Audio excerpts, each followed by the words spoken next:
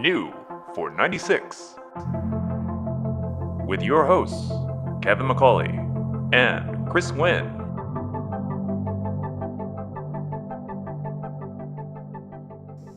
On location. Yeah. 25 feet away from our normal location. New for 96 on location. We are, instead of recording in my study, we're recording in my bedroom because my neighbors are having what could only be described as a hoedown in their backyard. And there is just loud country music being blasted. It's fine. I was hoping we could stick around long enough for Cotton Eye Joe, but you said we have to get recording. Yes, it's true. So New for 96 is recording where, as they say, nowhere, where the magic happens. Oh, dear God. You can see my bed. You've never seen my bed before, and this is actually kind of disturbing for me, if I'm honest. Chose not to come into this room. Yeah. So, look on social media for photos of us recording in my bedroom. Kevin is, of course, on my bearskin rug, bottoms up on the floor, hands fist steepled under his chin. So, welcome to another episode of Noi for 96. Okay, blew the charts there. Bilingual podcast. Ooh. Anyways. Hi, Kevin. Hello, Christopher. How was your week? Several weeks. Couple weeks. We're doing this bi-weekly now. Which means both twice a week and once every 2 weeks. It is very confusing and also convenient for when we publish twice and also rarely. So yeah, I'm happy for that duality. I think people will appreciate less of this. It's probably true. Wow. Sorry. Our studio is literally on a rolling cart, and I'm trying to adjust. Usually it's on carpet. That's the difference. Yeah. Usually the cart is on the carpet, as they say. Yeah, and I'm in a lounge chair, and Literally an Eames lounge chair. If you've seen Frasier, you've seen the chair. and Kevin is sitting in a Eames La Fonda dining chair, which I said, please keep your flatulence to a minimum because I can't get it reupholstered. It's This very is difficult. named after the Buick La Fonda. Yes. And so these are new digs. You know, this is kind of comfy. It's comfy for me. This is nice. I've got this big table here. Yeah. I could put my notes. Yeah. In this case, my phone. Yeah. It is a Post-it note that says talk. So words. Already fucked it up. Yep. We have our... Oh, wait, hang on a second. Continue talking while I switch screens here. Oh, God, I've never felt this much pressure in my entire life. My week was good. How was yours, Chris? I have already asked that. I know, but now I've answered. It's just circular. I sighed when you asked me the first time because there was a lot of BS. You're really horrible at filling in the gap. Yeah. I wish we had like a cough button. Like, do you That even adds know what in that? coughs? Yeah, I think that's what that means. Mm-hmm. I actually didn't know what that meant until I watched Frasier, and then I still didn't know what that meant. Oh. But that it is like a filler for when you actually have to cough. But I feel like you have other things that you could also do with bodily functions. I think it's just a mute. Yeah, I think that's what that means. You said filler. Like, I don't think it injects audio. I think it just mutes. Maybe. But I wish that it did actually fill in sound. Like, we would just leave it on autopilot. We would just press the button and walk away for an hour. What if it was just like an Italian man like ranting in the background as filler? Okay. Yeah, like just in the distance, like, you know. I was going to say something offensive in an Italian accent, and I won't because this isn't just your podcast. Oh, yeah. Where you would say offensive things. You were going to say, Kevin. It's me, Mario. Well, we went there. There goes our sponsor, Mario Batali, Alphabet Pasta. That guy's a piece of shit, right? Well, is he not? I don't know. Isn't he an abuser of some sort? I have no idea. Okay. I just know him. He's problematic. Is he? Yeah. Just look at him. You can tell. So are the rest of our sponsors, Kevin. Okay, fine. So we can't call them all out. We'll cut this out. Oh no. Anyways, Um, shall we start this thing? Yeah, we've got a lot of topics. Yeah. So why don't we start off with like, I think this might be another segment, which might be notable bat auctions, and I feel like probably every podcast has this, but why don't we talk about some notable bat auctions that happened in the last few weeks? Oh, well, the first one, I was just looking at your notes. There was this 2015 BRZ, and I was like, what is this doing here? And it went for 32 grand, and it's like a medium mile. It looks pretty good. Here's the thing. I looked at the listing. Yeah. It sold for 32K, and it's like a just Crawford Turbo, super clean install. yeah. 400 horsepower. Yep. And it looks stock. Well done. Very well done. Here's the thing that made me think about this this car in a very different light, as in like I have always been on that boat of slow car fast. Nobody understands this. The car Right. is perfect out of the box. Yeah. You just don't understand it.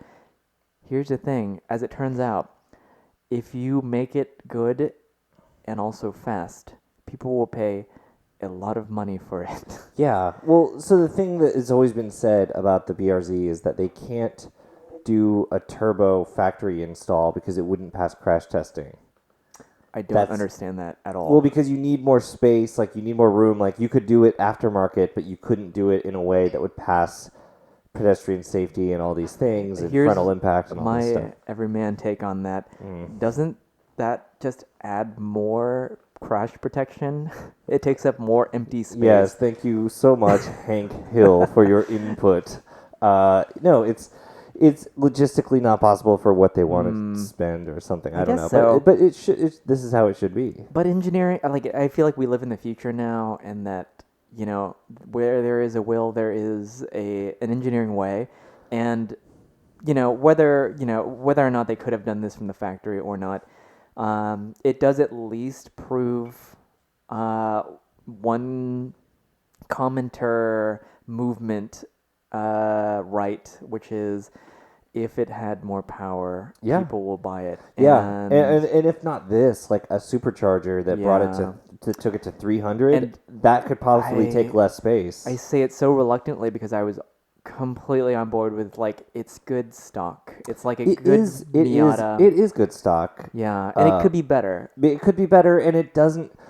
My problem with the BRZ is that engine doesn't ever feel like it loves to rev. Yeah, and yeah. This is a car that is all about like sort of revving it out. You have to rev it out. Yeah, exactly. You got to string it out in order to really enjoy it, and that was the whole point. I think seat of the pants, an ND Miata feels faster. Yeah, and it's I like agree. 40 horsepower down. It's lighter, it's livelier. But it's not just that. It's just the characteristic of the engine, the characteristic of the torque, the way that it it's feels. the chassis too. It just like it's livelier. It just. I mean, I'm talking if you just in a straight line. The BRZ needs to rev. Yeah. All the torque happens at the high end, but it doesn't feel like it enjoys doing that. Sure. And the ND is just a livelier characteristic all around. But Yeah. I would drive a 400 horsepower BRZ. Yeah, I would drive a 300 horsepower BRZ. Yeah. That would be amazing. So and this one looked super clean. it and looks stock. so clean. And I love that. And maybe that's just it. I mean, like it is as if with this auction, how Toyota, Subaru. I was about to. Sorry, that sounded when I said Toyota weird. I was going to say Toyota Boru. Toyobaru. But I won't. That's if they were to do it. This is how it would look. Like as in, it looks no different. Yeah. And yeah, I mean, so they just came out with the commemorative edition. Yes, which and is it like looks good. It's in green. Yeah. Oh, green that does look really good. has to be like everyone needs to love green. If you don't love green, you should get over it because green is a good car color. Absolutely. And this commemorative edition does look. It's green with gold wheels. It's very good. Looks really good, but it doesn't solve the marketing hole, which is that people just want a go fast in a straight line car. And it's so curious because a big complaint about other cars there's a different approach. Like you have so many cars where having a 5-6 year rollout of Yeah. special versions is like, this is the only way we can make money. Yeah. Like the NSX will have special faster versions, and the big complaint with the NSX, the big complaint with the Huracan is like they're saving stuff for future hot versions. Like the Huracan, it has faster ones, and we'll have faster ones still in the NSX too, and Porsche does that. And so for the BRZ, for them to just come out with it in Yeah. 2012, I think it was. Yeah. And then say, well, this is it. We're never going to touch this. Yeah. We're not improving any of this. We might change the headlights slightly. Like, it's really frustrating. I want it to, like, as an exercise, I hope they just stick with it regardless of profitability, because I don't know if it's profitable. Like, from a number standpoint, it is not a big seller, obviously. But I hope they stick with it as a passion project. And regardless of whether or not they actually upgrade it per market desires, I hope that it stays around, because it is a good kind of like check as far as, no, we still have the passion. Right. Here it is. And sure, like, this commemorative edition doesn't make it a better driving car. I think there's some maybe minor tweaks, but it's not anything that's there's revolutionary. been a few versions that are like Sure. suspension and Yeah. and a little bit of change there, but yeah, there's nothing. Yeah. There's not been like a But it's such a- full all-out version. It's a statement car, and maybe it needs to remain as the statement car, not the crowd pleaser. yeah. So, One thing I will say, we're kind of dogging on it. Like, Yeah. I absolutely love the seats in that car. They're some of the best seats. Yeah. It's good. Just they're really nice, and the driving position's really good. That They got all car- those things right. Yeah, and I like sitting low in a car, and I'm a slightly shorter man, and so and even I like sitting so low in that car, and it just feels right. In the same way that like a Miata does, even though on a Miata sometimes you feel like you're sitting on top of the car. The ND, you don't really have that problem. The ND, the Recaros are almost too aggressive for me. Like, it's not that it squeezes me too tight. It's Yeah. just the angle of the back part wasn't to my liking for all day driving Sure. in the Pacific Northwest There's- last year. Oh yeah, that's right. The non-sport seats are still very sporty. The Yeah. Recaros are a little unforgiving. I don't enjoy sport seats per se. In general, they don't fit, at least for my body type. I'm svelte versus your bovine-esque God shape. damn it. And I will say that the perfect seats for me, like, of all the cars I've ever sat in, would have been in my old car, the E90 sport seats. Not Really? overly aggressive, but because I could inflate the bolsters. Yeah.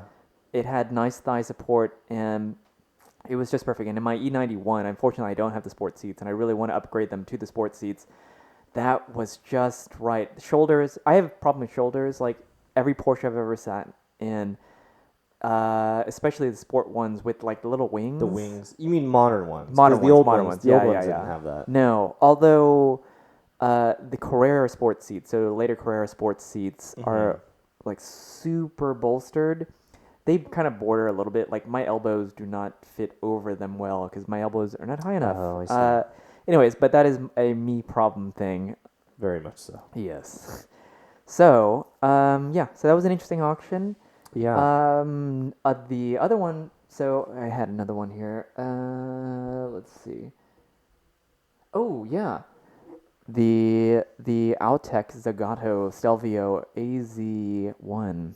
Yes. That is so cool. I know nothing about it, It's very cool. but I think it is so cool. Of course, it's so cool. It's one of those things that it's cool now. But it's funny because, like, I remember I actually came across a couple jalopnik stories from like 2008, just dogging on this car for being so ugly and so bad, and just like, what a miss! Like, what was Zagato thinking? This was just such a shit thing. And now it's like so cool because it's so cool. weird. It's so weird. Like, you look at it and you couldn't say that it's a pretty car, but it's so, you can only describe it as so cool. It's just bonkers. It's bonkers. If you're not familiar, it's this boxy boxy early 90s car Based on a bodied by Nissan. Zagato, and it's got the mirrors are integrated into the fenders. Yeah. So it's like these giant box fenders that just stop so it can have And mirrors you couldn't in even them. describe like this mirror situation. Like it is just like if you can imagine, there's like a mask over the front of the car, and where the mask overextends over the front quarter panels, mirrors are embedded underneath. Like they're like shoved underneath these like whatever these haunches almost front haunches, and then the rest of it's just like normal square bodywork. And then it's got curved NACA ducts in the wheel covers, Oh man, the which wheels are incredible. are so amazing. Yeah. It's like concept 90s concept car in which the Yeah, it's a wheels 90 are it's a- like it is aero a 90s disc. concept car that Yeah. they built 200 of or Yeah. 180. But it's like the wheels are like these aero discs, Mm-hmm. except for like this slight aerodynamic NACA, just one. Yeah, one that it takes up 25% of the Yeah. disc, so the rest of it's just It smooth. is It's pretty cool. such an optimistic design, and Yeah. it is a perfect embodiment of that 90s optimism. So you should think it's cool only because, like, I'm sure it maybe doesn't drive well. And by many standards of good cars of the era, this is probably not one of them as far as dynamics go. And I'm speaking from literally an armchair as far as this opinion goes. But you should think that it is cool and amazing. I hope it goes for a lot of money because it hasn't ended yet. Yeah, well, it's in like the Netherlands, which Is it? complicates it. Oh, okay. Yeah, so Also, the photography it's very nice. is very nice, and I love that they're in the comments. People were like, "What's with the overblown blah blah blah?" But it looks like something that they would have shot it like this, where it's like almost a like hyper clean Yeah. future. Yeah, Yeah, it's a future it's car. like Blade Runner-esque Yeah. or something. The 2049. The allegedly there is another one going to auction in Greenwich Ooh. next month. Okay. So that will be on the continent. So I think a lot of people. I honestly think that this one in the Netherlands will drive the price up for the one in the continent because I think so even too, no matter yeah. how much it costs, it's still going to be a lot of money to ship a car Yeah. across and federalize Sure, and all sure, that yeah, stuff. yeah, yeah. So the one that's already here, I think, is going to benefit. I think so too.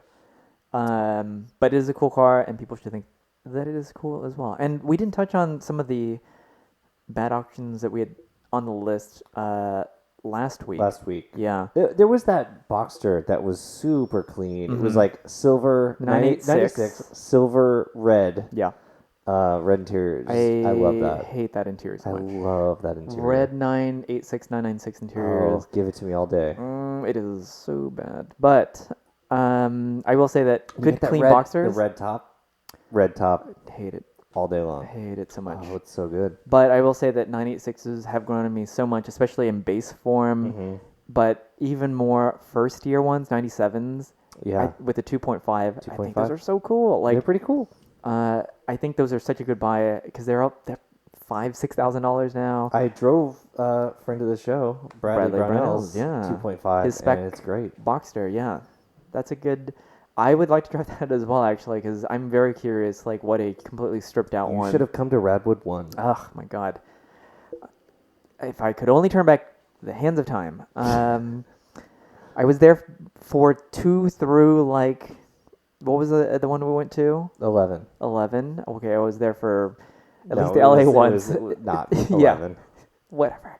I was there for all the LA ones and then also Austin. Yeah. So, and I was very fascinated by the yet another LS400 that was sold, and because I have the Celsior, the 92 Celsior, which is a completely different market probably from people who are buying pristine LS400s, but the fact that first and second gen LS400s were basically relegated to bottom of the barrel Craigslist pricing forever, and now they're fetching as much as 25 grand.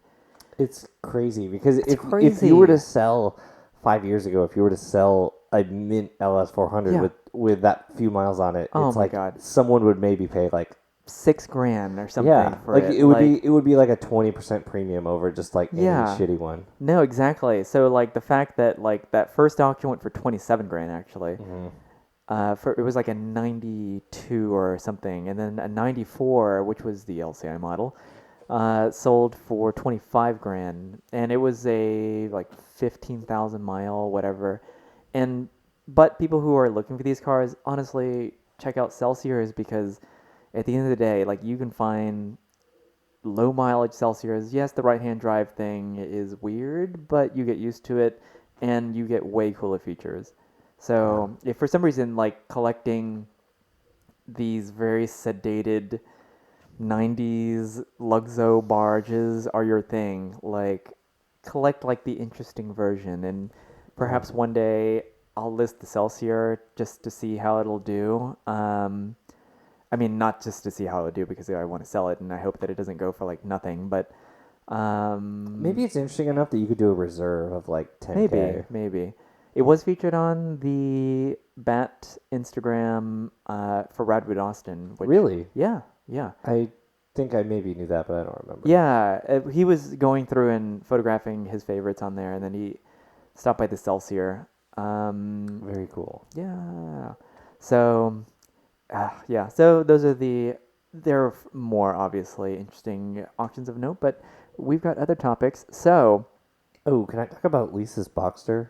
Just to wrap that up. Lisa needs Braces. braces. Yes. By the way, did you see my notes in there? I changed it up a little bit. No, but now I'll take the time to Fine. check it while we're recording. It's on the screen. I can't read that. It's like 9 feet away. Oh my god, hang on. Oh, I see. Yes. Okay, very clever. Well, yes, Lisa needs Touareg. So, this is related. When we last checked in about this, I had taken Yes. photos of the Boxster. Yeah, It's this a is your my sister-in-law. sister-in-law has a 2005 Boxster base.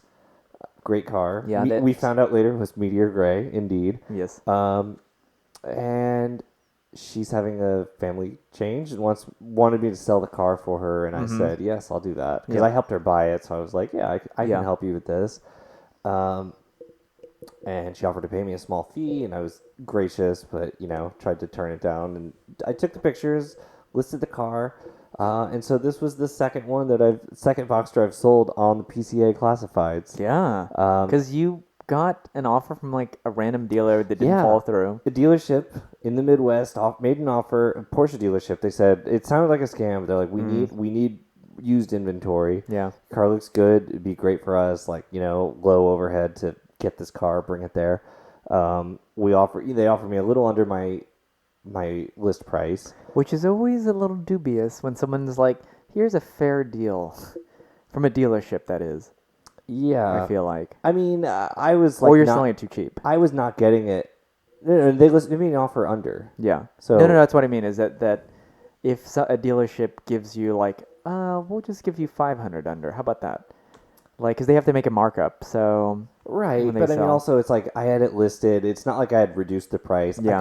You kind of list it high in the beginning, Yeah. so I No, think they know. the price that you had was fair, which is why, like, it's dubious that a dealer from another state was like, we'll buy your car sight unseen, ship it back, Yeah, I guess so. and That's probably true. we'll be like the idiots here. That's probably true. I based on the Kelly Blue Book, Yeah. I could have listed it. I maybe should have listed it lower. I like that you're gonna be like, listen, Listen, the Kelly Blue Book stand says I this. stand for the dealers. All right. Anyway, that deal fell through because I had another offer, and it ended up that dealer wanted to wait until May, which it's currently May. It would have only been like a 5-day wait, but another gentleman who was at Radwood Austin, he wanted the car, and so he made me an offer, and I said, look, I've got this dealer, but if that falls through, you're first up. And then I said, okay, well, you're up if you're still interested, I was like, and he asked about the books. Yeah, every question I get about the car, it's like, do you have the books? No. Do you have the keys? No. Do you have anything? Service records? No. And so it's hard. So I'm like, here it is. He still he bought the car, so he flew down on Monday to the airport. I picked him up, drove him back to my house. Yep.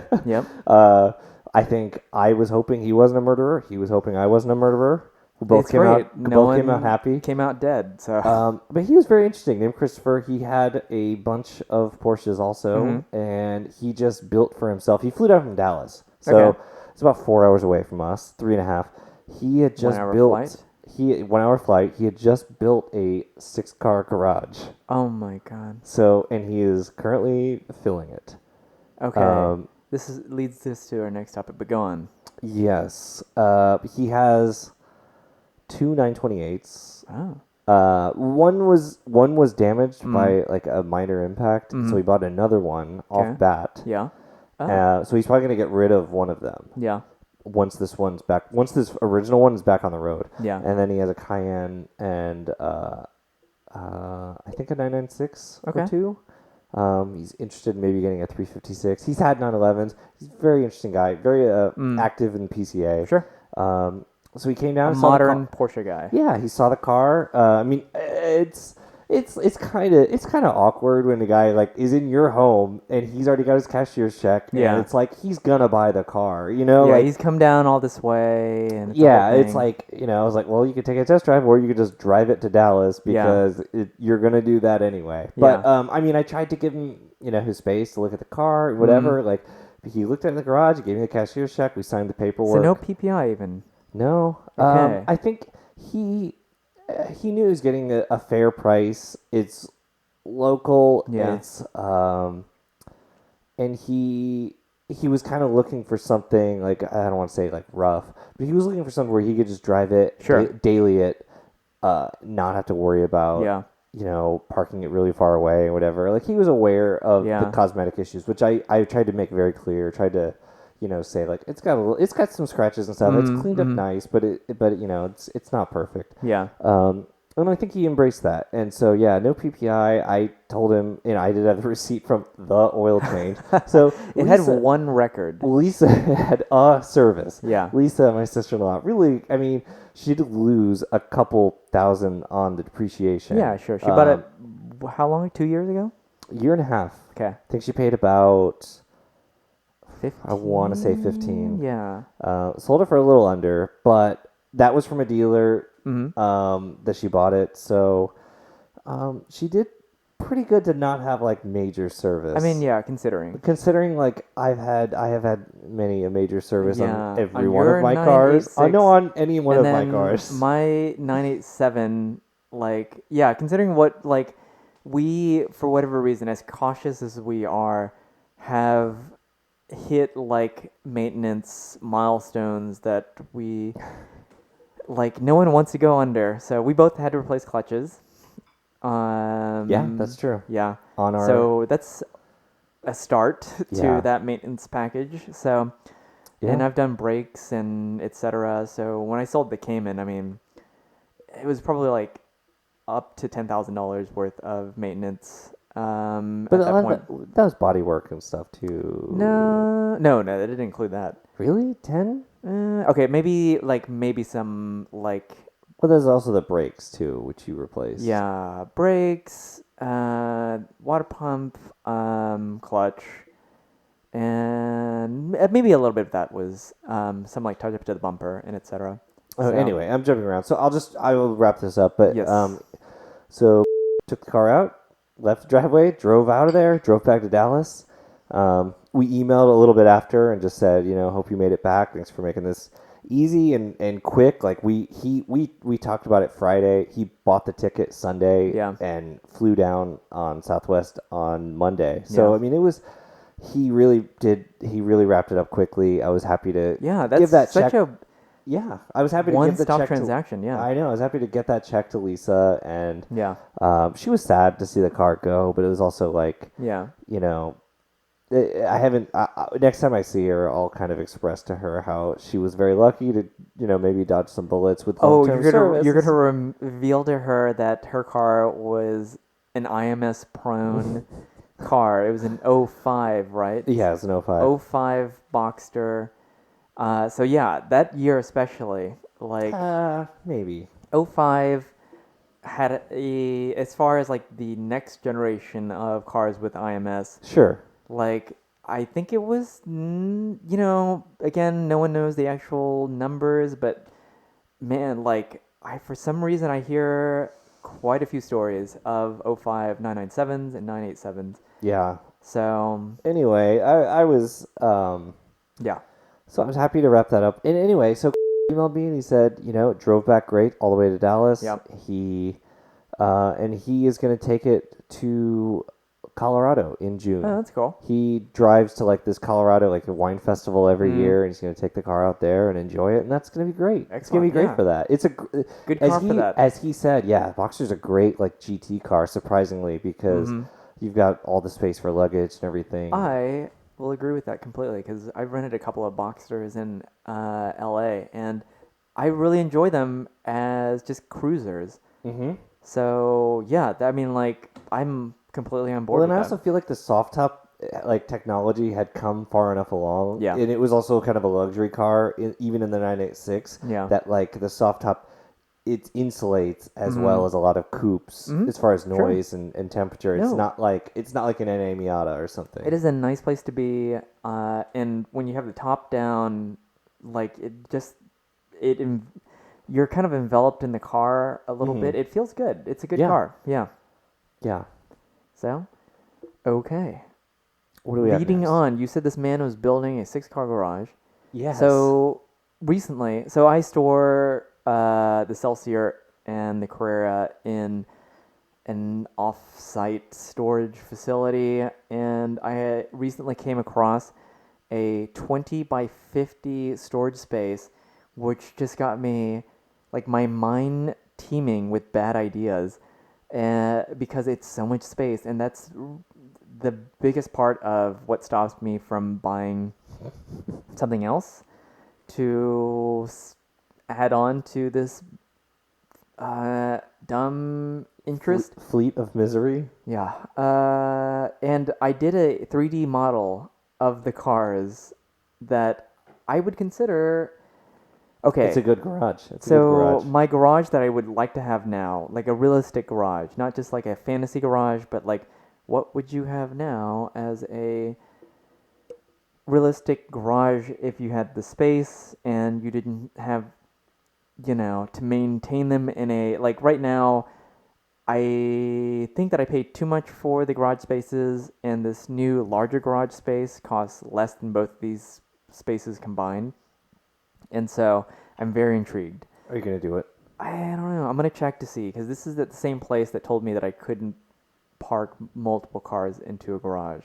Oh. So if you had a 20 by 50 space and you can only park one car in it, that might be a bad Say you're going to trade-off. park your one car and two flightless planes. Yep. Yeah, I think that might work. So I 3D modeled out. This is the same software that I use to model out people's homes, businesses, etc. for interior design. And so I just made a quick model and I plugged in some cars, two of which I currently have. And honestly, these are two cars that I enjoy having and would have in my ultimate garage, etc. So I've talked to you and probably on the podcast just in general about like my mind. I am like very ADD about like car interests, but like they kind of revolve around the same cars. One is a E36 M3 of some kind, and I recently sent you a Dakar Yellow Yes. one, which was actually really well priced. And I don't have the room, and I don't want to like keep it outside, and so this is one of the things that stops me. Question. Yes, This is the fleet, and then the E91 is still outside of this. it's outside. Okay. Yeah, the E91 is not inside. So Because I thought maybe the E36 was like a substitute. I was like, oh, maybe there's not an E91 in the software. no, there isn't. But because I looked, I was gonna Was there an represent it E90? outside. There is an E90. They have some tourings, but they have like an F11, I guess it would be, a 5 Series touring, which we didn't get here anyways. Yeah. And some various other kind of weird models. Actually, they had like a lot of Euro models. I like how the G-Wagon is like the same size as the other cars. Oh my god! Footprint. Here's the thing: is that like that model is off scale, and then I scaled it down. It's smaller than the 911. So you've moved on to the next car that I'm also searching for, which is a like a rickety G-Wagon. I Mhm. want a like 80s, early 90s, two-door, No more short than wheelbase. 140 horsepower. Yeah, I want a short wheelbase G-Wagon because I hate the idea of the new G-Wagon or any new G-Wagon Too basically. aspirational. Yeah. So I want like an old one, like an actual like utilitarian one because I actually do think those look really good. Mm-hmm. And I passed up on one when I bought the Celsior because they had one there. It was a right-hand drive, short wheelbase, 91, I think it was. So pre-organic, or rather biodegradable wire hardness. Like it was kind of a nice. It was I guess you just it was a don't care gas about one the too. environment. Well, I'm sorry that I no longer own a Prius like you. Oh God, don't remind me of that hell. To be fair, you get horrible gas mileage in your Prius for various reasons, and we'll go into that maybe. So, okay. You told me it was fine. Okay, so no repercussions garage, but like the car garage that I would have now. Not a fantasy one, but a realistic-ish one. Mhm. Long-term goal, because I wouldn't buy all of these right now. So E36 M3, short wheelbase, G-Wagon, older model with like cloth interior, jump seats in the back, or maybe regular seats. Also in that garage was a 996 turbo because I miss having that modern Porsche experience, and I think that for me would fulfill that need and then some. Oh yeah, yeah. And it also is just old enough to where it isn't like a pretentious Porsche. So that combined with the Carrera and the Celsior, and then the E91 would be my good, well-rounded garage. There's no convertible in there, although I did think about a E36 M3 Cabriolet, but then I read up on them, and now I no longer want one. Was the I tried to look into this Yeah. after we talked about it. Was that like a plastic window and then a glass window on the LCI? I don't think so, at least on the E36, and I could be very wrong about that. And the problem is the convertible top, just the mechanism is not Yeah. long lasting. And also, it's just a little flimsy from my But I chassis mean, was it standpoint. plastic or glass? It was plastic at first, and it may have turned glass Okay, that's afterwards. what I kind of gathered. Yeah, but that seems to be kind of the pathway for most of these cars, anyways. Yeah. Because here's the thing, what popped into BAT today, I'm kind of interested because they don't go for a lot on BAT. There's a 95 Saab 900 SE Turbo, Ooh. and my first car was a Saab 900 SE V6, which was awful. Yeah. And so I thought, hey, what if I had the same experience again, I but think you with a should. far more complicated car? But it'd be better. It's the better one. Maybe. It's a convertible, so it's a cabriolet. It's red. It's Imola red. Ooh. Yeah, the official color, and it looks really well put together. Wait, It's they in actually Dallas. called it that? Yeah. Oh my god. It's Imola red, and it's in Dallas. So we could you want to fly up, drive a Saab down, and not ever make it home? Yes. Okay, good. Because if it ends under $5,000, I could be kind of interested in dabbling in this a little bit.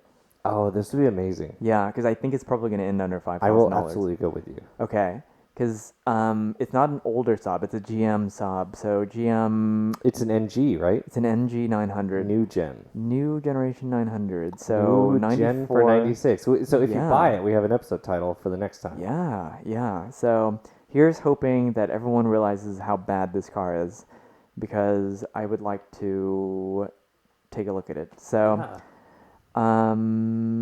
I don't know what I'm thinking about when going into heading into a Texas summer, and there's like very little opportunity where that is like an appealing proposition to not have a cover over your head, but we'll see. So this will Yeah. fulfill This is not a convertible. it is. It's a It is. cabriolet. Oh yeah, this is gonna be. Yeah. Yeah.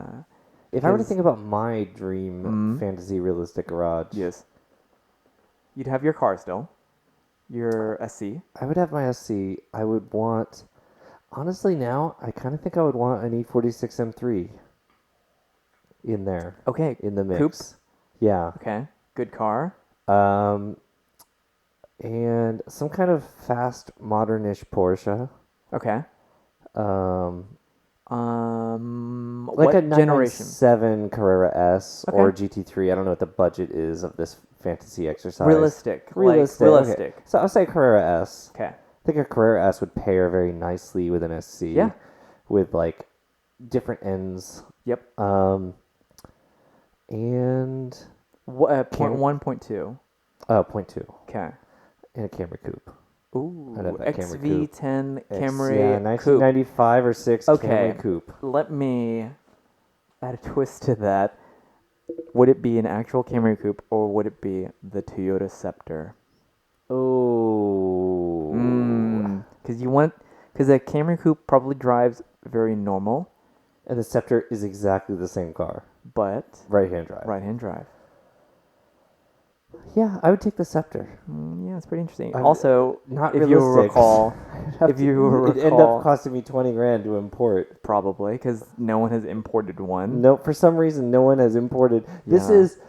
is like, okay, this is like a dumb tangent about my favorite show, but News Radio, when Jimmy James, the boss, Yeah. he wrote his autobiography, Yeah. and it like totally flopped. Yeah. But then it was translated to Japanese. It was a huge hit in Japan. Yeah. And I then did they not remember that episode. they translated the Japanese version back to English Yeah. for the American market.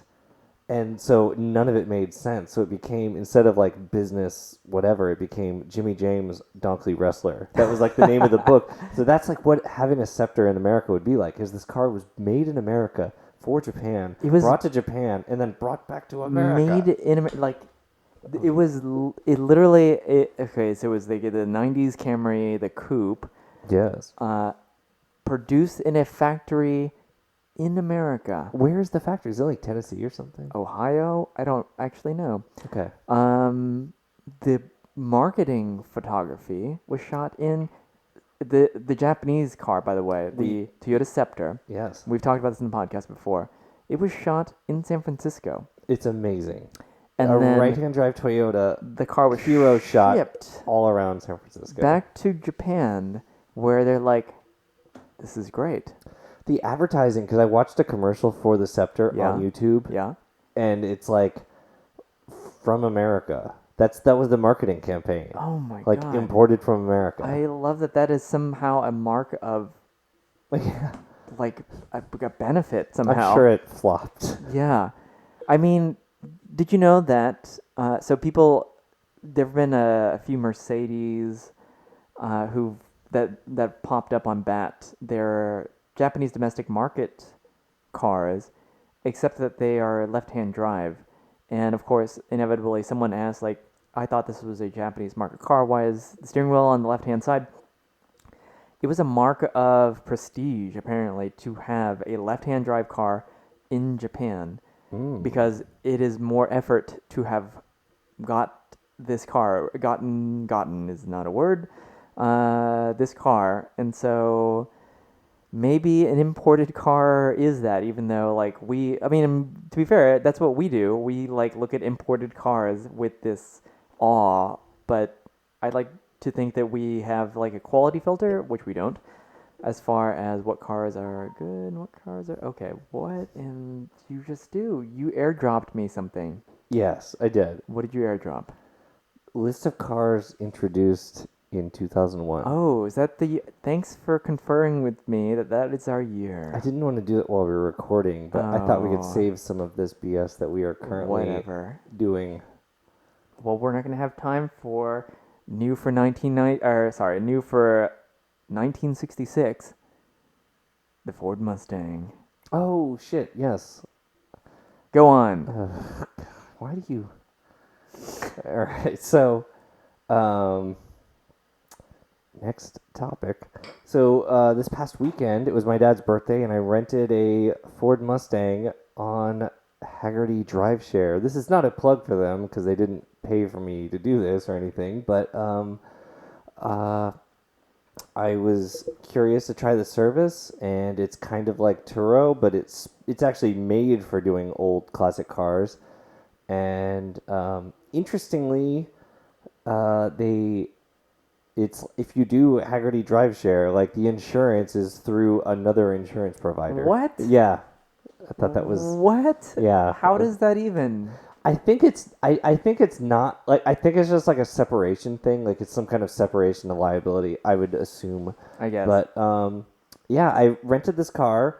I went to like Spring, Texas at 8 a.m. and picked up the car. And the guy was really cool. This guy named Jeff. He rented the car out. Wait, Jeff with the J-E or a G-E? It was J.E. Oh, okay, good. Trustworthy. I know. That's what I thought.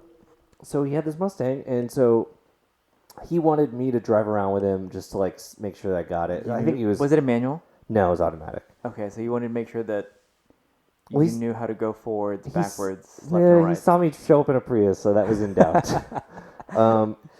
But I had told him I also have like an old Porsche. Like this is just whatever. But he was cool. He's rented out a bunch of times. He drove around with me, and it's funny because he's like, all right, I want you to like really step on the brakes, just because there's a lot of slack in the pedal. Yeah. He just wanted me to see like what the braking threshold is. It has discs in the front.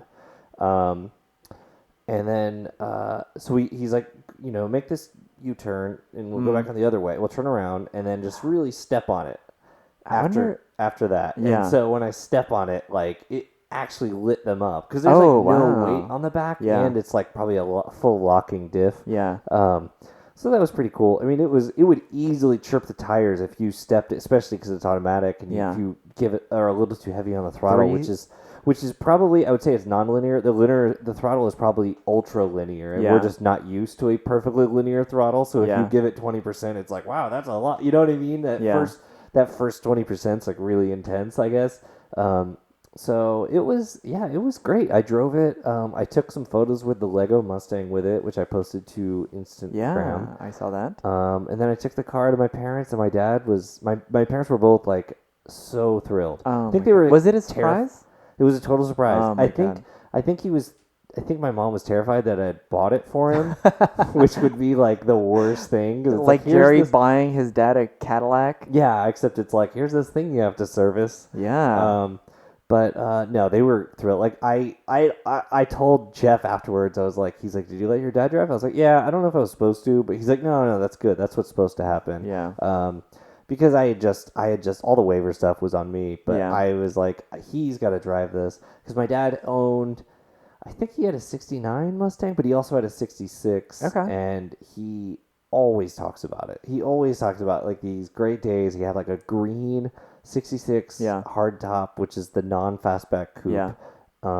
And it was a stick. And he told me, he was like, yeah, I would spin out all the time because he's in Oh Connecticut. my God. He lived in Connecticut where it's like snows a lot. Yeah. Plus the car is like really unbalanced and has Yeah. no weight on the back. But he loved it. So he drove it around. My nephews and my sister and brother-in-law came over and he drove it around with them. Nice. And it was great. It was great. It And was a convertible? it was a It's coupe. Okay. It was a hardtop coupe, Okay. just like his. It was just like his. It was '66. Yeah.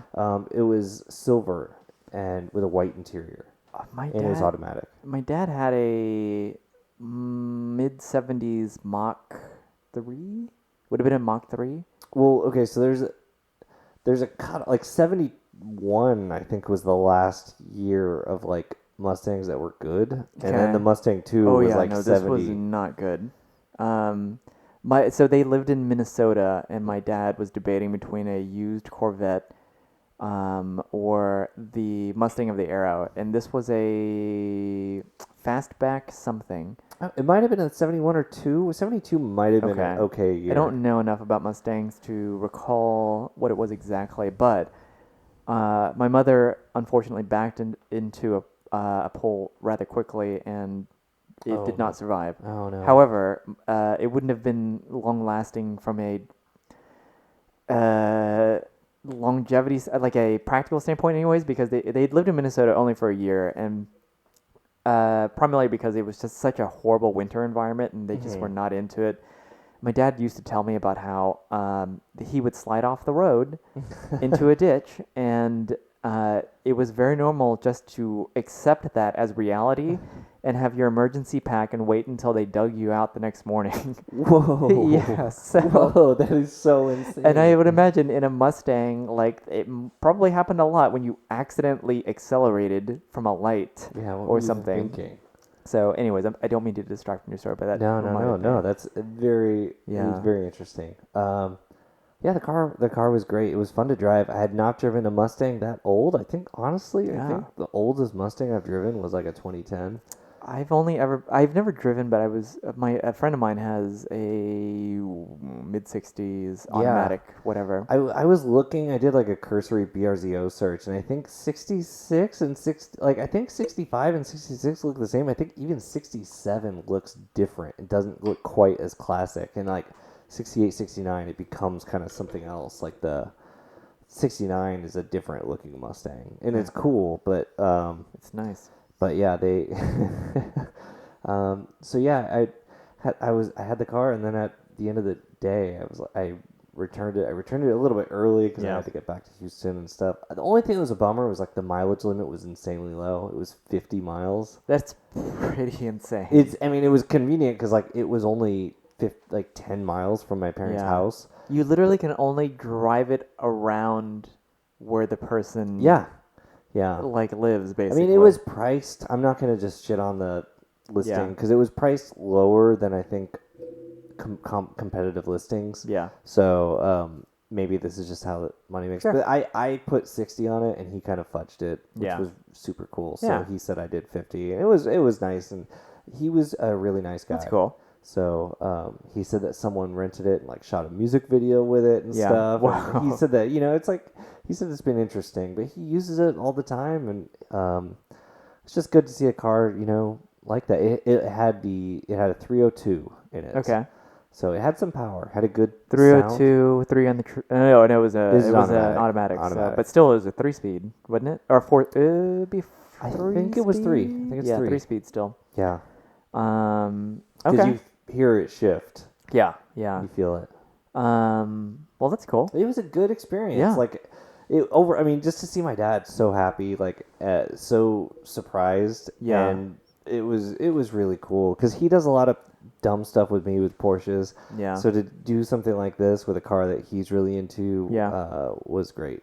What is a non-Porsche, truly old car experience that you would want to have?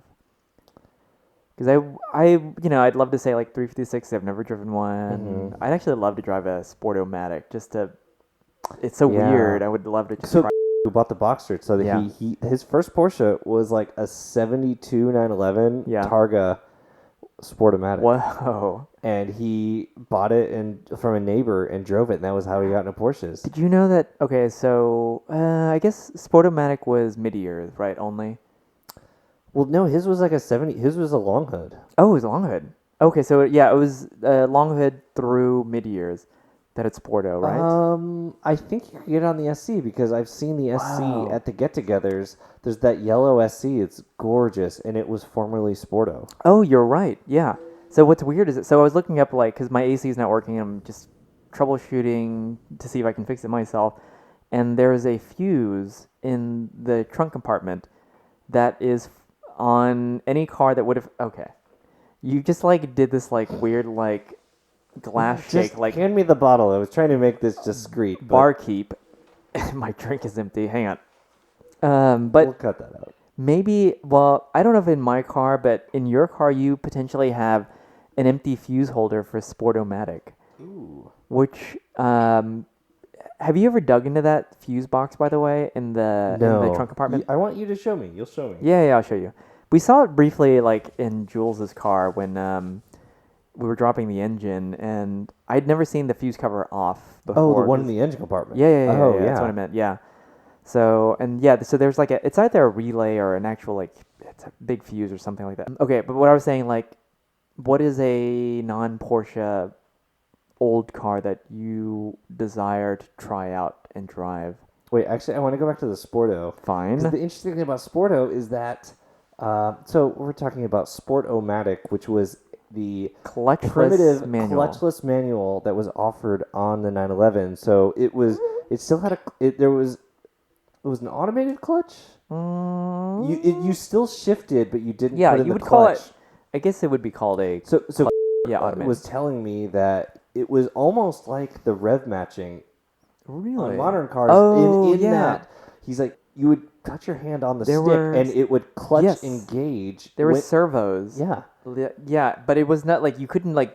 This was not a like sporting transmission. I think it was just like you had to deliberately move it into place, consciously deliberately move it with the intention that the computer, not even a computer, whatever, the servos could catch up, and then it would put everything, line up all the mechanicals in place so that you couldn't just like surprise shift it basically. Right, but I mean the thing that struck me about this, about him talking about it, because he said that once you knew how it worked and were used to it, it wasn't a big deal. Like, you just drove it. You could find a groove. You could drive it normally. And it seemed like at the time, like Porsche probably thought this is going to be the thing. Like, this is going to be the thing that replaces clutches. Yeah. This is not just like the automatic option. This is like the future, which is how paddle shifter. Everyone thought, well, with F1 shift and stuff, this will be the desirable one. Manual automatics. Whatever. And I mean, if you ever look into the history, automated manuals. if you look into the history of Porsche PDK, like they tried developing this in the 80s. Yeah. And they raced with it in the 80s with PDK, and they actually had like 928 and 911 and 944 mules like driving around. They had Doppelkupplung in the 80s? Yes. I didn't know that. That's actually interesting history. It's very cool. Yeah. They even had like 928s and stuff that had like PDK like on the side graphics. Interesting. Okay. Yeah. Was that the first instance of like double clutch technology? I think that it might have also come from Audi. Like I think it was maybe co-developed with Audi, and that was the first. Yeah. And they kind of abandoned it in the 90s because they put money towards developing like the 996, the 986, and then the Cayenne, and then they resumed it in the 2000s. Okay. But they kind of always thought it would be the future. Did you know that following Sportomatic, the next pedestrian application of a clutchless manual was Saab. Yeah, the Saab 900 had a Sensonic manual transmission. I remember this from when I owned a Saab and was obsessed with finding out everything about whatever was going on with it. And so Sensonic was an option, like super rare, and it was a clutchless manual, and it is essentially unserviceable at this moment if you have one. Could you get it on the Talladega edition? I don't know if you could get it on a Talladega edition, and I would hope not, because that was such a special car. And I say that with irony because it wasn't all that special, and you could get with an automatic anyways. So, but I mean, like, those looked. I have such a soft spot for those cars, like that generation. I have a search for one. It's the first GM designed Saab, and it was in GM tradition. It platform shares with a lot of other cars, and it was based off of an Opel Vectra. Wow. So the first GM Saab, the Saab to define GM's success, or rather Saab's success, was an Opel, and then Saab eventually did do not so well. Yeah. So, yeah. What else we got? Oh my God. Should we go into new for 01? I'm ready to never forget. Okay. Oh no. No. Okay. So new for 2001. I haven't really looked at this. No, we haven't looked at it at all. So are we going to do You know what? Let's just rundown? Let's just run down. Let's do a rundown, because that'll be a lot. Because I think we're running to time here. Okay. So let's just do a quick rundown, because there's some There's scanning. some good cars. I'm There's scanning. Some good cars. I have a lot of comments about some of these cars. Me too. Okay, Aston Martin Vanquish came out in 2001, and pretty car. Pretty car. Here's the thing. Pretty car. Here's the thing. Yeah. I hated these when they were new. Me too. I thought Really? because I liked the old ones, Me too. and I thought like, what It was is too this brutish. shit? It was so brutish. Might as well return to that Mustang, like Aston from the What is that one?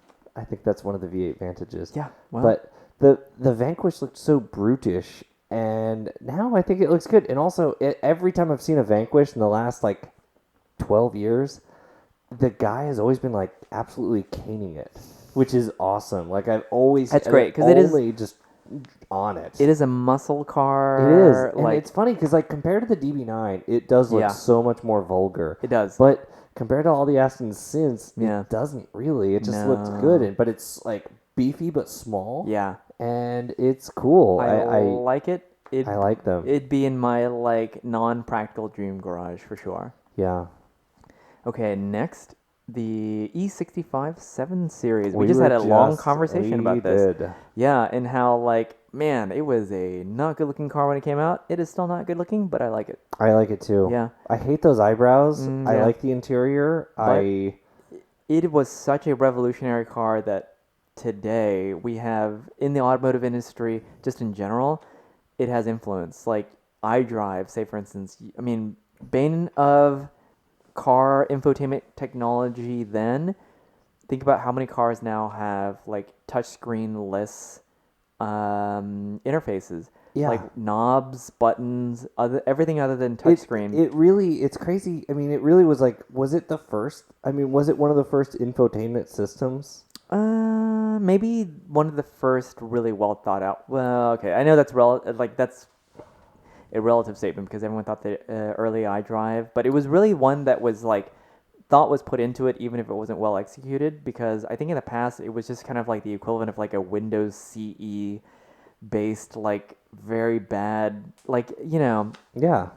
I mean, it seems like people were just opposed to the idea of infotainment in cars and not necessarily iDrive. I'm not defending iDrive, but to read about it at the time, you would think it was this horrendous thing, and it probably was just the idea of infotainment. Put it this way, like I think it was one of the first like really dedicated efforts towards like mixing all like the known car technologies from climate to audio to navigation into one thing because my intimate knowledge of like the Toyota's stuff. Toyota's like so from the Celsior standpoint, they have what was called EMV, and that was like in 1989 when they introduced the Celsior. They had a touchscreen car computer, and it was fully integrated. I mean, it had climate, audio, navigation built into it. Horrible interface, of course, equivalent to what the best you could get in the 80s, 90s. And it was just kind of like for novelty's sake. So very limited. And iDrive was kind of the first of like, this is the next generation. It might be horrible now, and it might be horrible for the next several generations but eventually this is the future. And we didn't accept it then, but we accept it now. So yeah. As that goes. Okay, too long on that. BMW X-Coupe. I don't remember what that is. It was a concept. I don't know why it's on this list of cars introduced in 2001 because it's a concept. Yeah, I remember but it was kind of became the 1 Series. Yeah. Okay. It was. Well, it looks really good. It looks better than the 1 Series. Well, but it was kind of a weird, like almost like a sport utility sedan of coupes. Oh yeah. How weird. Okay. The 147 Alfa Romeo didn't get that. No, IS 200, but we did get the IS 300. Yes. So why does it have BTC? What does that mean? I think it was a touring car. It was a touring car spec. I gotcha. Yeah. That makes sense. All right, Buick Bengal. What the hell is that? Concept Roadster. The Buick Rendezvous came out. I didn't know that. I will go to bat. I will go to bat that the Rendezvous is uglier than the Aztec. I all day long. Completely agree because the Aztec, as repulsive as it was as a concept then, is starting to grow into itself a little bit, and it was pure of concept. Yeah. The Rendezvous is a cladding disjointed exercise. Mess of chrome work and cladding. They should never have tried to make the Aztec nice because it had the opposite effect. Yeah. Okay, so we're going to skip to the Avalanche, which was always garbage. Yep. Pure and garbage. It is to this day if they still make it, and I Do don't know if they? they do. I have no idea. I don't think they do. Well, they're all trash. So sorry if anyone owns one. Well, it ended in 2013. Oh God. Okay, so Chevrolet Sail. It's a foreign market. Trailblazer, trash. Although my wife had a Blazer, but previous gen, which was good. S10 Blazer. Was it I good? liked that. Yeah, they had a Z something version, ZR2 or something. Z71? It wasn't a Z71. It was because Z71 was limited to the Silverado and Tahoe variants. Okay. And Suburban. But anyways, whatever the off-road variant was for that Blazer, I liked it. We're going to skip to the Clio V6 Renault Sport, Ooh, which that's is cool. so cool. Very cool. They are so cool. Yeah. Whoa, hang on. What? Are you looking at the Dongfeng? No. I'm looking at I never knew this. The Clio V6. I've got. Hang on. Go This on. is important. Please. The Clio V6. So it was a mid-engine Renault Clio. Yeah. Hot hatch. Yeah. The hottest of hatches. So cool. It was developed by TWR. What? TWR, not TVR. TWR is. This is a little tangent. The race. Tom Walkinshaw Racing is like a man from Australia that made all these racing things in the UK, and That TWR is actually really weird. TWR is involved in everything cool for like Yeah. a 12-year period. Yeah. TWR developed the Nissan R390, which developed the engine in the R390, which is still used in every McLaren. TWR Okay, that's pretty cool. developed the XJ220 and the XJR15, and Peter Stevens was affiliated with TWR, and he styled the McLaren F1. Whoa. TWR touched everything cool that happened in the 90s. So and this so he Clio did, V6 Renault Sport was by TWR. I had That's no pretty idea. cool. Okay, I had no idea either. That's pretty cool. I mean, just inherently, it is a cool exercise. Yeah. It's so cool. Okay, wait. I want you to skip the Daytona Sport Car and please pronounce the one after that. Obviously, it's Dongfeng Fengqing Ling Jai. Oh, Blake. Was that racist? Blake Zeron, please write in about how. I gotta look at. It's pretty cool. Well, I'm looking at the Modarn version. Hang on. Oh, it's a van of some It's a van. Look at that first gen. Though. Scroll down to that. Look at that first gen. That first gen. Actually, it's kind of cool. It's weird. It's boxy. It looks like the Narrow Previa. That name, The though, Estima? is a lot. Oh, yeah. How would you pronounce that? Why are you looking at me for that? I was born here, Kevin. What do you give me what do you mean, you people? Oh my god. All right. The Fiat Stilo. I don't know what that is. Boring. Yeah. Okay. I remember the first gen Honda Civic Hybrid because you could get that in a stick, and that was kind of cool. Oh, yeah. I do remember that. It was a parallel hybrid system, though, so it wasn't as good as the Prius. So this was the which generation Civic? It was the the boring 2000s, early 2000s one. Yeah. So it was the boring gen, but it was cool that you could get like basically Insight-based hybrid technology, so parallel Very cool. hybrid system, which allowed you to have the stick, because that's why the Prius could never have a stick. Last time we were in LA, I saw like a natural gas version of cool. that Civic. Also, I didn't know that the Fit was in 01. But I guess it must have been the non-US market. No, it was basically the first Fit. It just went everywhere else before it went here. Yeah. Oh, yeah, you're right. Oh, because it was the Honda Jazz. I love those. I love those. I do too. The first gens are really good. The first gens are really cool. My sister had one in the cool blue. Ooh, yeah. It was great. I took the wheel off to replace the turn signal once. Oh, amazing. Okay. HSV Coupe. Don't remember that was Honda La Vita. Oh, the first G Series Infinity. Oh my goodness. Okay, here's the thing. First Go on. gen Infinity's good. Everything else, actually, this was the last of, I'm going to say, here's my take. This was the last of good Infinities. So this would have been the G35. Would this have been? Coupe and sedan. V35 is the internal code, which I had no idea and will now forget. Yeah. You're right. So that was so cool. I loved that when it first came out. And today, even though it is a horrible car to own as far as maintenance perspective. Wait, no. Yes. No. Yes. How? What? You had a 37. You had a 350. It was the most bulletproof car I've ever had. That is weird because I have had acquaintances who have owned G35s, and in triple digit or 6-digit ownership realms, mileage, I should say. It is a troublesome car that has a lot Just of needs. electrics. A lot of mechanicals. A lot of like. I think that it is not a longevity car like a Toyota would be of that. That engine is bulletproof.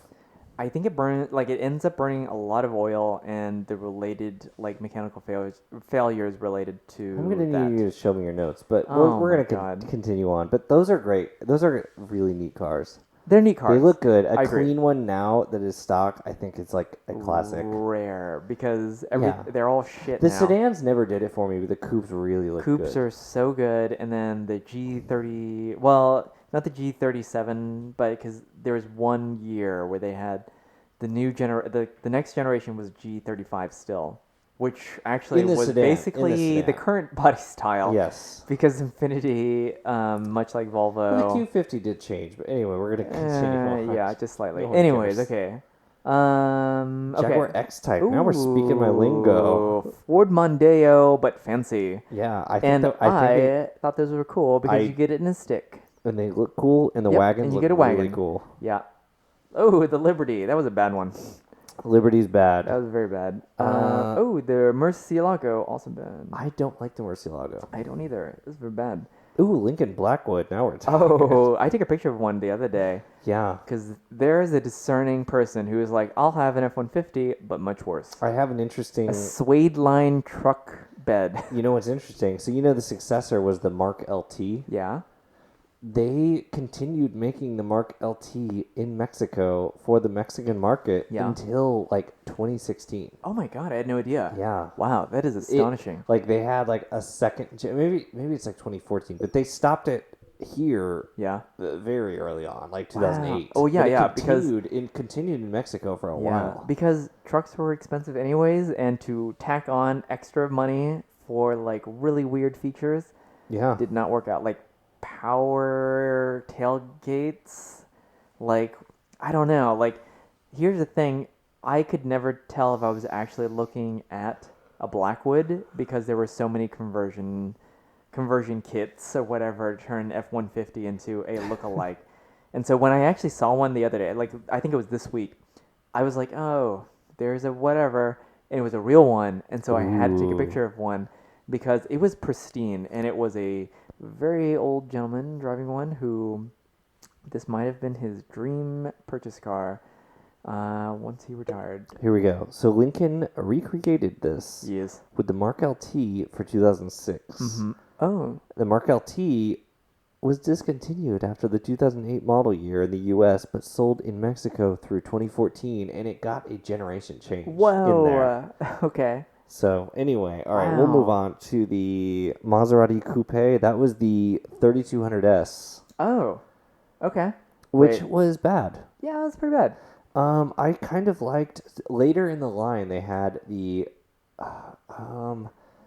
not Gran Turismo, the Grand Sport. I think it was Yeah. Grand Sport. Here's the thing. Camel K's Grand Sport, one word, right?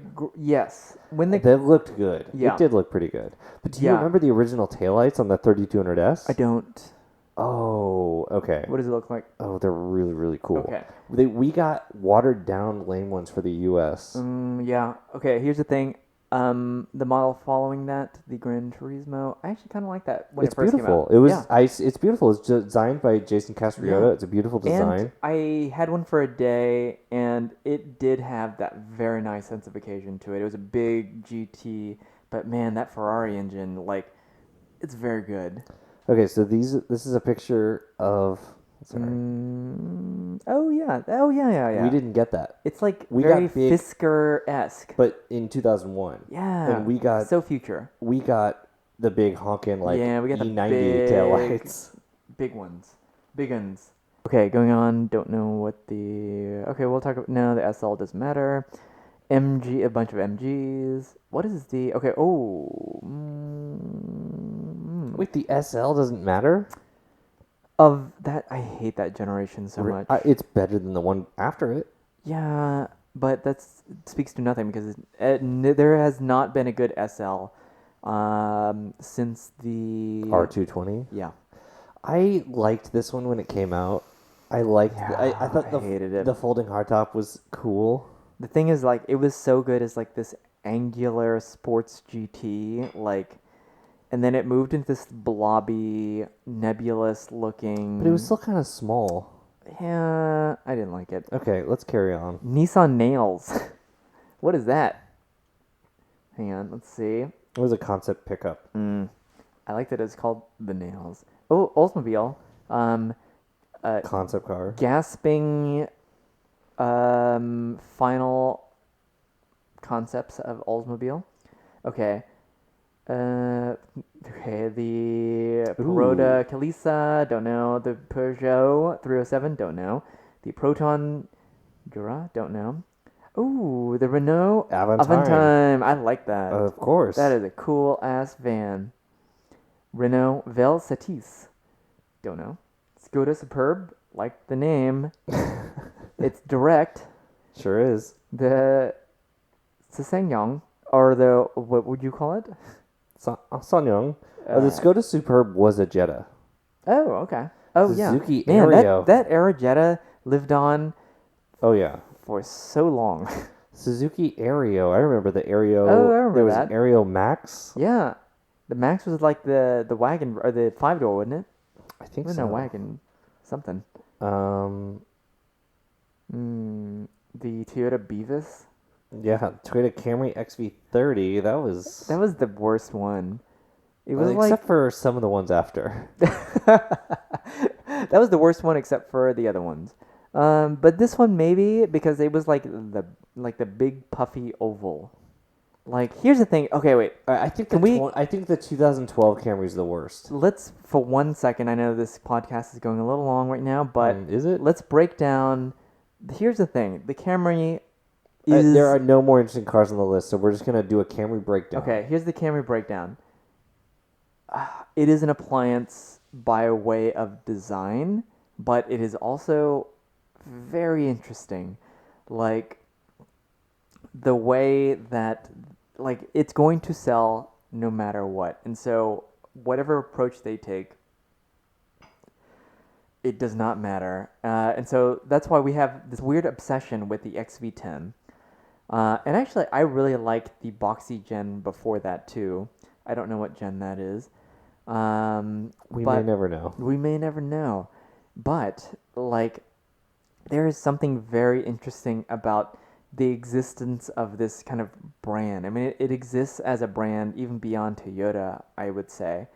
And so they can do anything they want with it. And they choose to go in very not great directions, especially after the XV10, which I think was the last perfect Camry. The XV10 was the perfect Camry. Yeah, that was a pretty good exercise. I couldn't tell you why. Can you?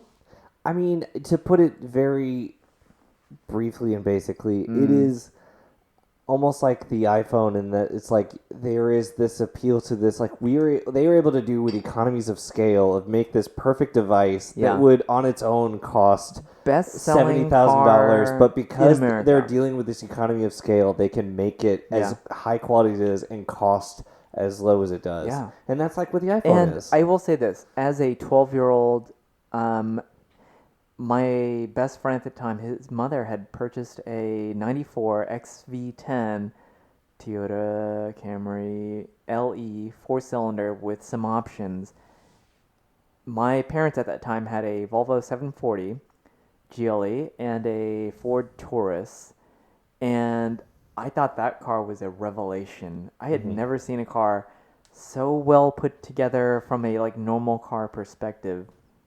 And my uncle, my doctor uncle in California, had an LS400, and this reminded me so much of that car. And I was shocked and amazed, like that this was like a normal car, and I wondered why my parents bought a Taurus and a Volvo, because it paled in comparison to the quality of this Camry, and I didn't understand. And it doesn't matter because then I fell in love with like the Taurus afterwards, and I wanted a Taurus show, and then that led me to my love of the 850.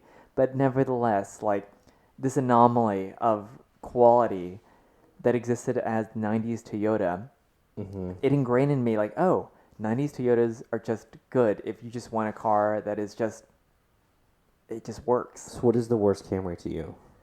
The XV30, I think. Really? I got to Yeah. say that like 2011 generation. No. Oh, wait. Oh, What is yeah. the 11? I thought it was the mid-9. No, it it was the looks like a bloated XV30. It's extremely anonymous. It's very boring. Wait, the 2011. They did basically a rush facelift because it was so boring. Are you talking about? You're not talking about the when they introduced the hybrid. No. Okay, so the one after that. So you had the XV30, and then the next generation, presumably XV40. I don't Yeah. know the numbers, but the next generation was like 2005, The and that had after- like the kind of schnoz nose Yeah, where the yeah. badge was, I thought that one was fine. It was fine. It was Yeah. fine. It So the one seemed after actually that. a little bit edgy for the time. Yeah, and then yeah, there was yeah. one after that was very boring, and they did a rush facelift because it was so dull. Yeah, yeah. I and remember it was that. the bold new Camry. Oh, yeah, that one's bad. Yeah, I didn't like that one at all. No, in fact, every Camry since. Yeah, but that one was particularly like the ones since have been like trying too hard. The one in Yeah. 2011 was like the bare minimum Camry. Oh yeah. I had one as a press car in 2012 for a week. Okay. And I wanted to kill myself just because it was so boring and depressing to drive something And so what's dull. sad is that like Altima also bad. But Ford I've driven equivalents. those. I've never felt that. Not I've good? never felt that. The only good car of that kind of like. When did the Fusion come out? I guess it was- about mid '90s. Or Yeah, sorry, no. not mid '90s. Mid 2000s. Okay, but the That- attractive Fusion was like right on the cusp Yeah, of like the one that looks like 2012. an Aston. Yeah. The Aston front, but I didn't like that one either. Like I thought It's the too large, but it's quality nice was looking. not so No, good. I have an issue about the. So And here's an issue. With answer is always Mazda. Here's an issue I have with the Fusion. Yeah. And once you see this, or if you have the car, you'll never unsee. Go on. So I can't describe this. The trunk has like 4 inches of cladding on the outside. Okay. Where? You can't really see. You can't really see, but if you were to open the trunk, Oh, and you just look at how much space is not utilized for the trunk. no, it's like the metal stops, and then there's this cladding to bring it out level with the taillights. Oh, that's bad. Yeah. It's very bad. That's too bad. It's really unfortunate. Because like Ford does have a good, they have a great design department. I think the problem is that they don't know how to translate from concept to production. Like there are so many good designs from Ford. It's just that when it trickles down to like the Everman models, it does not translate well. Like there's just so many gaps in quality. I wish the Fusion was a little bit smaller, but it doesn't matter because it's Yeah. gone now. Now it's gone It's because they dead have no now. cars. It's Here- all SCUVs. Here's my thing. Yeah. Okay, so I feel like, you know, if you saw the pictures of the new Escape, Mm-hmm. I feel like it's gonna be this fighting, and obviously Toyota's probably gonna sell better, but you have like the Toyota RAV4, like the new RAV4, which looks ultra masculine, Yeah. and the new Escape is on the other end where it's like a very soft looking, like it's like a consolation. Like, I know we're not making cars, but this SUV is basically a car, and if you'll accept it and welcome Yeah. it to your home. So I'm like, which of these is going to win out? The ultra faux rugged RAV4 or the soft duty Escape? You And know we will what? see. I will say, let's end it here because we're now going down the rabbit hole of normality, and it is awful. So I will agree with you. I think Ford had it like it was on a high for a while. I think Toyota's now on the top of all the normal car design things. Besides Mazda. Besides Mazda. Mazda is always at the top, and if you don't buy Mazda, you're an idiot for not buying a Mazda, for a normal car. Not even Volkswagen. Volkswagens are really boring. The new Jetta, not Terrible. good. Not good. So, and they're getting rid of the normal Golf. Yeah. So normal cars by Mazda, Toyota, actually pretty good. Like, I like the HRV. The Corolla hatch. Yeah, Corolla hatch, pretty good. Yeah. Toyota's kind of getting back on their ball. So Yeah. as that goes, Ford, doesn't have cars anymore. It's all CUVs. They're fine, I guess, as rental cars. I think it's a podcast. I think that's it. Yeah. I'm going to tell So- everyone before you hit anything to rate and review, and check us out on Instagram at New496. Where can they find you, Chris, online? Oh my God! What? Well, at New for 96, but also at Short Driver here and at Analog Dialogue. Oh dear God! And we'll censor that out. Kevin is at kmacaulay@aol.com, also at Capturing the Machine. Yes. Thank you for listening, and good night. And goodbye. Thanks for answering for me. Whatever.